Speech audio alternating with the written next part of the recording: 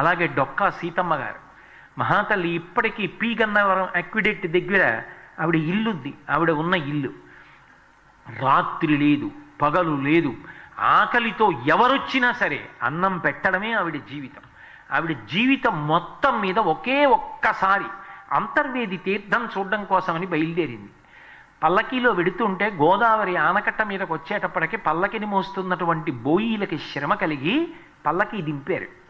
దింపితే సీతమ్మ గారు అందులో కూర్చునుంది. ఈలోగా అటుగా వెడుతున్నటువంటి ఒక పెళ్లి బృందం అవతల పక్కన విశ్రాంతి కోసం ఆగారు. అందులో ఒక పిల్ల ఏడుస్తోందమ్మా, ఆకలిస్తోందమ్మా అని.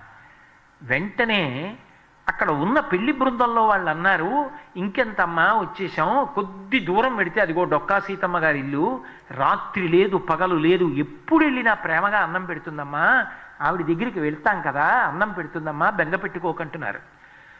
అమ్మో, నా మీద నమ్మకంతో వెడుతున్నారని ఆవిడ అంతర్వేది వెళ్ళడం మానేసి వెంటనే పల్లకి ఎత్తమని ఇంటికి వచ్చేసి అన్నం వండి ఆ వచ్చిన వాళ్ళందరికీ కడుపు నిండా అన్నం పెట్టి పంపించింది.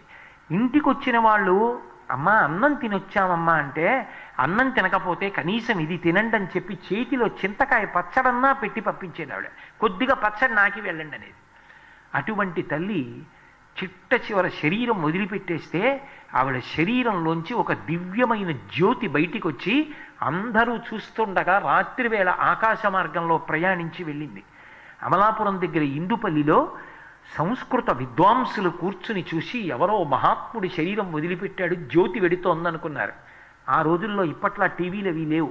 మర్నాడు తెలిసింది డొక్కా సీతమ్మ గారు శరీరం విడిచిపెట్టారని.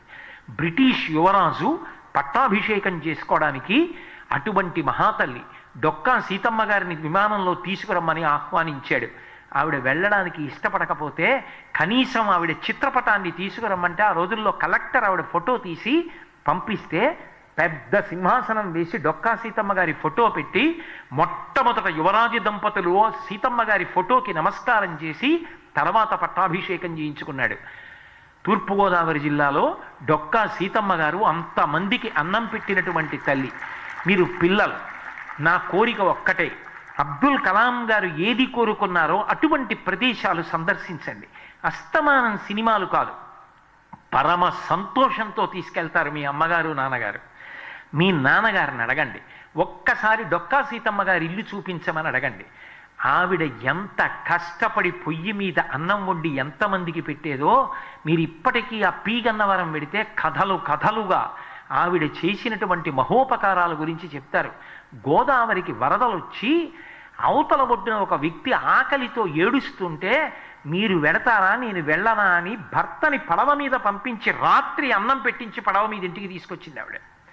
ఒక దొంగ అన్నం తిని ఆవిడ చీరే ఎత్తుకుపోవడానికి సిద్ధపడితే అందరూ కొట్టబోతే దారి తప్పిన కొడుకురా నాకు వీడు అని ఆ దొంగని దగ్గర పెట్టుకుని కడుపు నిండా అన్నం పెట్టి, నాన్న ఇంకెప్పుడు దొంగతనం చేయకురా, నిన్ను కొడతారా నాన్న, నేను తట్టుకోలేనురా అని డబ్బిచ్చి పంపిస్తే జన్మలో దొంగతనాలు చెయ్యనింకనా అని చెప్పి అతను బొంబాయి వెళ్ళి వ్యాపారం పెట్టి గొప్పగా వృద్ధిలోకి వచ్చి మళ్ళీ డొక్కా సీతమ్మ గారిని చూడ్డానికి వచ్చేటప్పటికి ఆ మహాతల్లి శరీరం వదిలేసింది. దొంగలని కూడా ప్రేమించిన తల్లి. జిల్లా అధికారులు కూడా అటగా వెడుతుంటే డొక్కా సీతమ్మ గారి చేతి ప్రసాదం తినాలి అని చెప్పి అడిగి అన్నం తిని వెళ్ళేవారు. ఆ డొక్కా సీతమ్మ గారి ఇల్లు ఒక్కసారి చూపించండి నాన్నగారు, ఆ ఇల్లు చూస్తానని మీ తండ్రి గారిని అడగండి.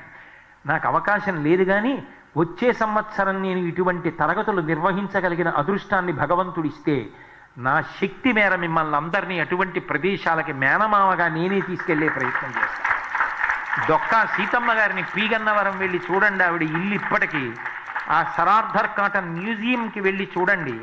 నిజంగా సమాజం కోసం వాళ్ళందరూ ఎలా నిలబడ్డారో, ఎలా బ్రతికారో. వాళ్ళు ఉపకారం చేసినప్పుడు నీ కులం ఏమిటని అడగలేదు, నీ మతం ఏమిటని అడగలేదు, నీ రాష్ట్రం ఏమిటని అడగలేదు, నీ భాష ఏమిటని అడగలేదు.